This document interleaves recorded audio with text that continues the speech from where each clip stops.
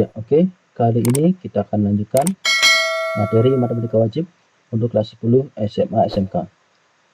Khususnya materi fungsi bagian yang ketiga, yaitu membahas fungsi inverse dan sifatnya.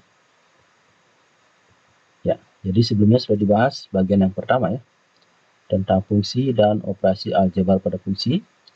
Kemudian bagian yang kedua, yaitu membahas tentang komposisi fungsi.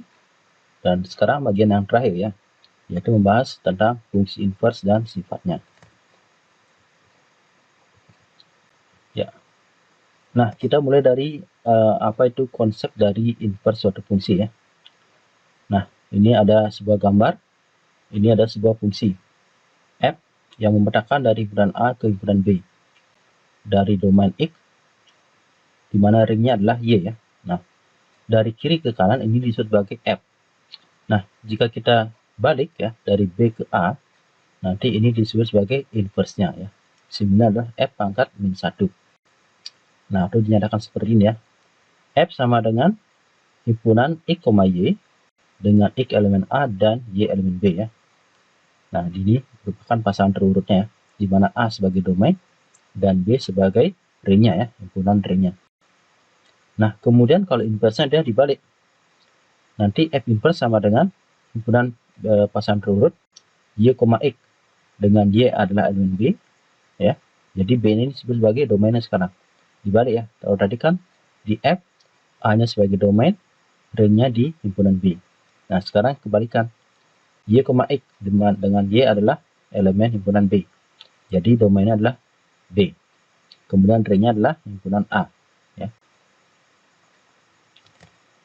Nah, kemudian jika fungsi f memetakan A ke B dan dinyatakan dalam pasangan terurut f X, Y dengan X elemen A dan Y elemen B, maka inverse-nya adalah relasi dari B ke A ya, seperti yang tadi saya sampaikan.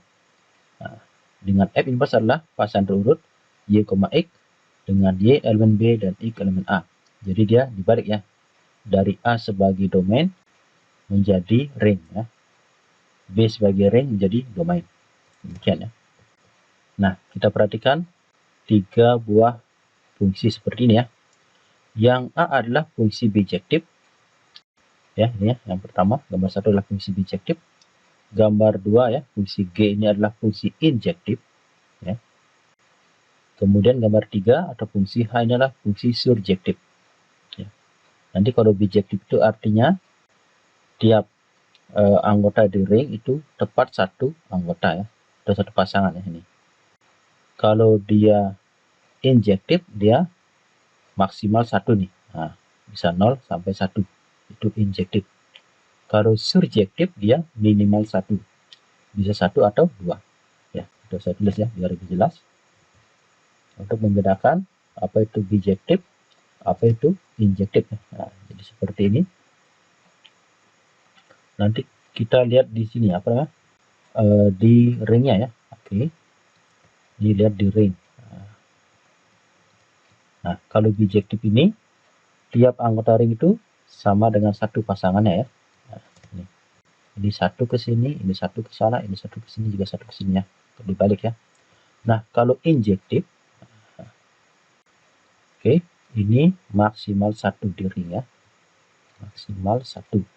Nih, berarti ini 0 ya, ini 0. Oke. Ini 1, ini 1, ini 1, ini 1 ya. Jadi dia maksimal 1. Kemudian kalau surjektif, ini minimal 1. Ya, berarti bisa 1 atau 2 ya. Ini kebetulan masing-masing 2 ya. Ini 2, ini juga 2. Nah, itu ya, kita lihat di ringnya. Kalau fungsi kan di sini harus 1 ya, sana. Oke, nah sekarang apakah tiap fungsi ini memiliki inverse? Nah, sekarang kita balik. Jika kita balik, berarti kita bergerak dari ring ke domain ya. Nah, kita balik ke sini. Oke. Nah, ingat fungsi itu memetakan tiap anggota domain dengan tepat satu anggota di kodomain ya. Jadi ini sebagai domain sekarang ya. Jadi kalau fungsi itu, ingat ya, itu domainnya itu tak boleh jomblo. Nah, tak jomblo. artinya dia punya pasangan, tapi tak selingkuh. Artinya pasangannya cuma satu ya. Oke. Nah sekarang ini ada yang jomblo enggak ya? Kemudian ada yang selingkuh enggak juga? Nah ini berarti ini sebagai fungsi di sini. Nah kalau dibalik ya fungsi. Nah kemudian kalau yang ini kita balik ya fungsi hanya. Jadi di sini F inverse-nya fungsi ya, ini F inverse. Kemudian kalau G inverse-nya apakah fungsi? Nah lihat di sini, adakah yang jomblo? Ya ada ini ya. Nah ini jomblo. Berarti ini nggak boleh. Berarti ini bukan fungsi. Bukan fungsi ya. Nah, jadi G inverse-nya bukan fungsi. Walaupun G itu fungsi, tapi G inverse bukan fungsi. Ya. Kenapa? Karena ada anggota domain yang tidak punya pasangan. Nah kemudian H ini fungsi. Terus kalau dibalik, apakah H inverse ini fungsi?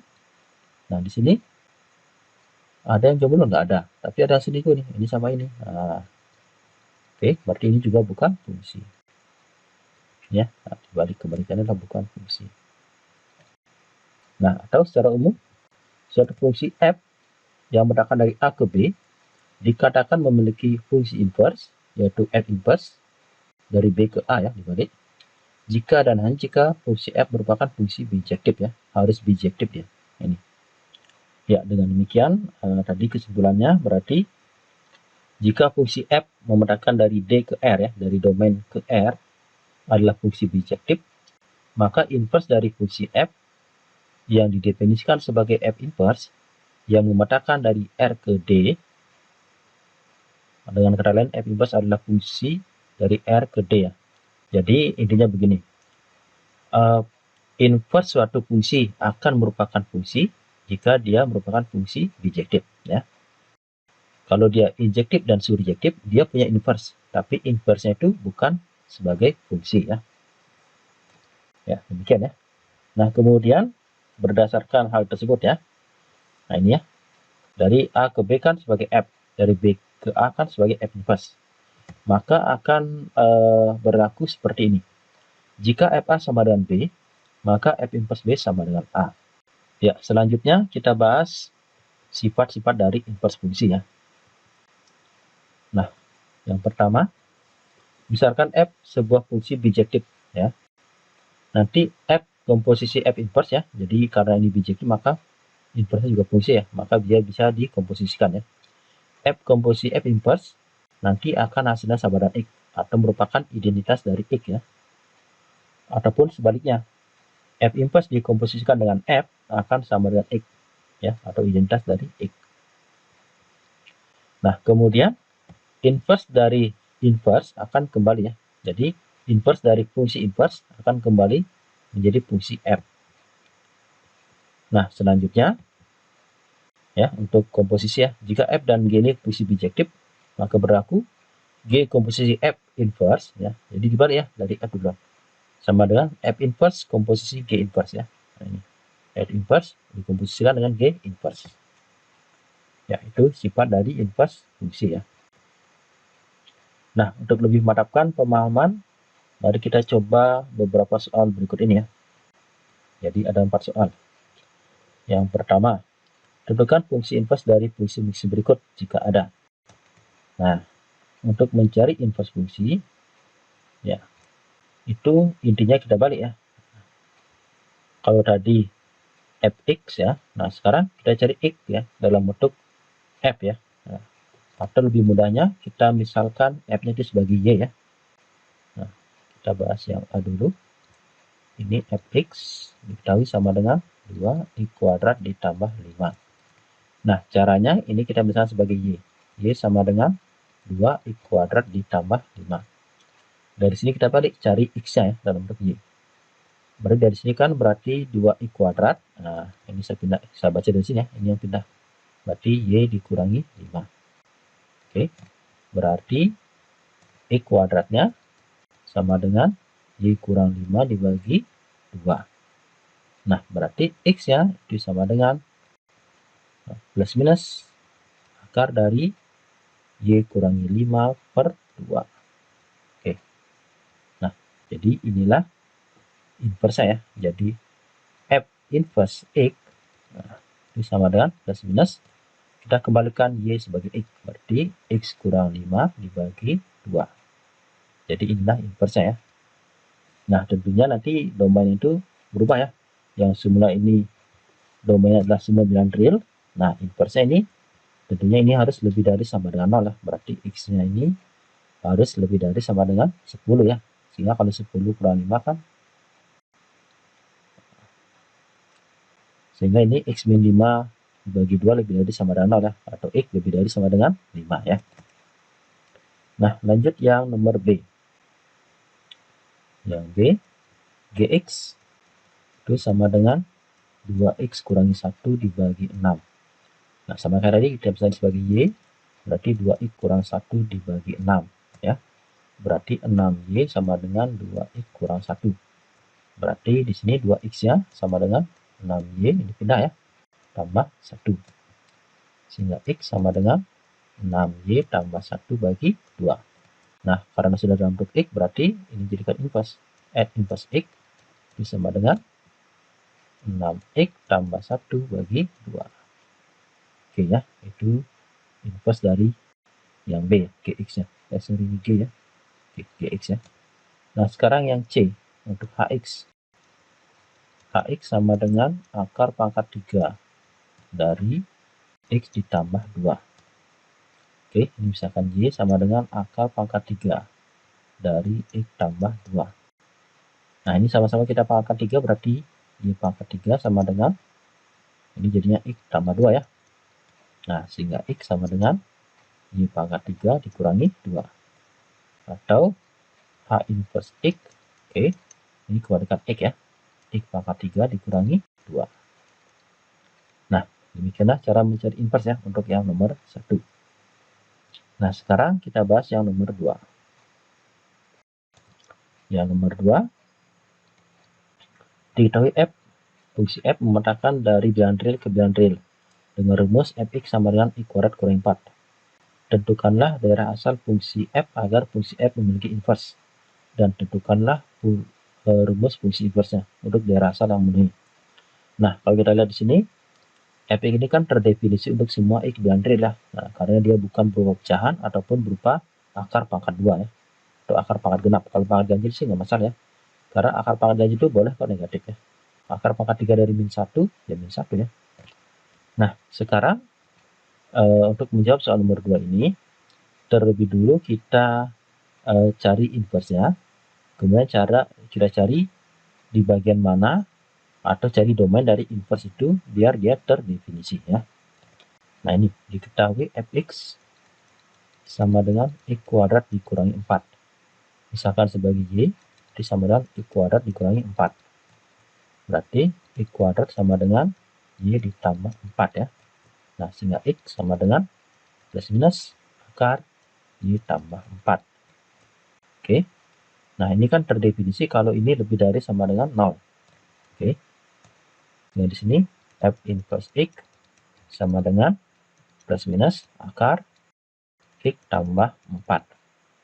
Nah, ini terdefinisi. Nah, terdefinisi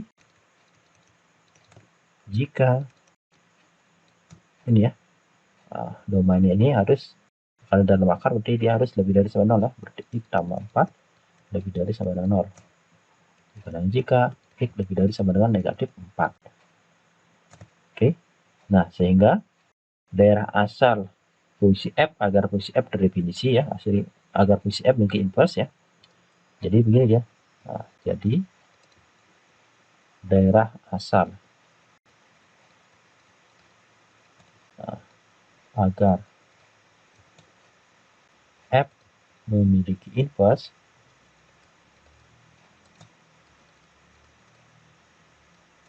itu adalah, nah ini x sedemikian hingga x lebih dari sama dengan negatif 4, di mana x bilangan real ya. Ini. Dan inverse-nya, nah, dan f inverse x sama dengan plus minus akar x tambah 4 ya. Nah, jadi ini domain, ini inverse ya. Nah, kemudian yang nomor 3, Diketahui fx sama dengan 3x min 1, 3 pangkat x min 1. Tentukanlah rumus fungsi f inverse x dan tentukan juga f inverse dari 81 ya. Oke, ini fx-nya sama dengan 3 pangkat x min 1. Berarti y sama dengan 3 pangkat x min 1. Nah, kita mau mencari x-nya ya. Nah, caranya kita gunakan log ya. Nah, log dengan bilangan pokok 10 ya. Nah, kita sama-samakan log ruas kiri dan kanan ya. Log y sama dengan log 3 pangkat x min 1. Nah, berarti log y sama dengan ini, sesuai dengan sifat log ini jadi ke depan ya. Berarti x min 1 dikali log 3. Oke. Sehingga x min 1 itu sama dengan log y dibagi log 3. Ya. Atau ini sama dengan, nah, sesuai dengan sifat berarti 3 log y ya. Nah, sehingga x sama dengan 3 log y. Oke. Ini dulu cari ya. Nah, baru ini pindah jadi plus 1. Nah, dengan demikian f inverse x, nah, kita keluarkan ke x ya. Berarti 3 log x ditambah 1 ya. Lihat ini bisa ya. Nah, bukan x tambah 1 baru 3 lognya. Bukan ya. Nah, sekarang f inverse dari 81. F inverse dari 81. Ini berarti 3 log 81 ditambah 1. Nah, ini 3 log 81. 81 kan 3 pangkat 4 ya. Berarti 3 log 3 pangkat 4 tambah 1. Ini hasilnya adalah 4 ya. Tambah 1 sama dengan 5 ya. Nah, sebenarnya untuk soal nomor 3 ini bisa diselesaikan dengan menggunakan sifatnya ya. Sifat dari yang tadi. Cuma itu kalau ditanyakan ini. Nah, langsung ke sini ya. Bukan ditanyakan rumus fungsinya. Nah, coba di sini aja. Adanya seperti ini. Nah, jika diketahui fx sama dengan 3 pangkat x min 1, maka f inverse 81 itu berapa? Nah, itu pertanyaannya.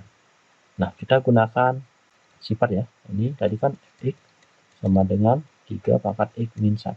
Kita misalnya nih ya, nah, kita mau mencari f inverse dari 81. Kita misalkan sama dengan p. Ya. Nah, sesuai dengan sifatnya ini dibalik berarti fp itu sama dengan 81 ya. Nah, sekarang kita masuk fp, ini fp berarti ganti x dengan p, berarti 3 pangkat p kurang 1 sama dengan 81. Atau 3 pangkat p kurang 1 sama dengan 3 pangkat 4 ya. Oke, berarti p kurang 1 sama dengan 4. Sehingga p-nya sama dengan 5 ya, 4 tambah 1. Ya, itu ya kalau pakai cara lainnya ya, tanpa mencari rumus inverse-nya ya, dengan menggunakan konsep dari inverse ya. Nah, sekarang kita lanjut ke soal nomor 4. Ya, sekarang kita lanjut bahas yang nomor 4 ya, tentang inverse dari komposisi ya. Diketahui fungsi f memetakan dari bilangan real ke bilangan real, dan g juga ya, dari r ke r. Ini dari bilangan real ke bilangan real ya. Ditentukan oleh rumus fx sama dengan x tambah 2, dan gx sama dengan 2x. Tentukan rumus fungsi komposisi ya, f komposisi g inverse, dan g komposisi f inverse. Nah, ini diketahui fx sama dengan x tambah 2. Kemudian gx sama dengan 2x. Nah, untuk mencari ini, bisa kita cari manual ya. Kita cari f komposisi g baru diinverskan. Boleh ya. Atau menggunakan sifatnya juga boleh. Sama hasilnya ya. Kita cari dulu f komposisi g. X ya. Nanti baru cari inverse-nya. Ini kan artinya f dari gx ya. Sambil mengingat materi yang sebelumnya ya. Berarti ini f dari gx-nya sama dengan 2x. Oke. Berarti kita lihat fungsi f sekarang. Nah, berarti x-nya diganti dengan 2x ya. Berarti ini diganti dengan 2x juga. Jadinya 2x ditambah 2 ya. Nah, sekarang untuk mencari inverse-nya, kita misalkan di sini, ini sebagai y sama dengan 2x tambah 2. Oke, berarti 2x sama dengan y dikurangi 2. Atau x sama dengan y kurangi 2 dibagi 2. Sehingga f komposisi g inverse sama dengan kembalikan ke x, berarti x kurang 2 dibagi 2. Ya, yang nomor b juga sama caranya ya. Kita cari dulu g komposisi f ya. Nah, ini berarti artinya g dari f. berarti G dari F-nya adalah X tambah 2. Oke, ini fungsi G, G-nya adalah 2X, berarti 2 dalam kurung ini, X-nya diganti dengan X tambah 2 ya. Ya, sehingga menjadi 2X tambah 4 ya. Nah, ini kita misalkan sebagai Y juga, 2X tambah 4. Kita cari X-nya ya. Dari sini kan 2X sama dengan Y dikurangi 4. Berarti X-nya sama dengan Y kurangi 4 dibagi 2. Nah, sehingga G komposisi F inverse sama dengan kembalikan ke X ya. Y kurangi 4 dibagi 2. Nah, boleh juga dengan menggunakan inverse ya. Atau menggunakan sifat dari inverse-nya. Oke, demikianlah materi fungsi bagian yang ketiga. Atau bagian yang terakhir ya. Tentang fungsi inverse dan sifatnya. Nah, untuk lebih memantapkan pemahaman soal belajar, bisa dicoba soal latihan berikut ini ya. Ya, caranya sama seperti tadi ya. Oke, tetap jaga kesehatan dan tetap semangat dalam belajar. Sampai ketemu lagi di video-video berikutnya. Salam.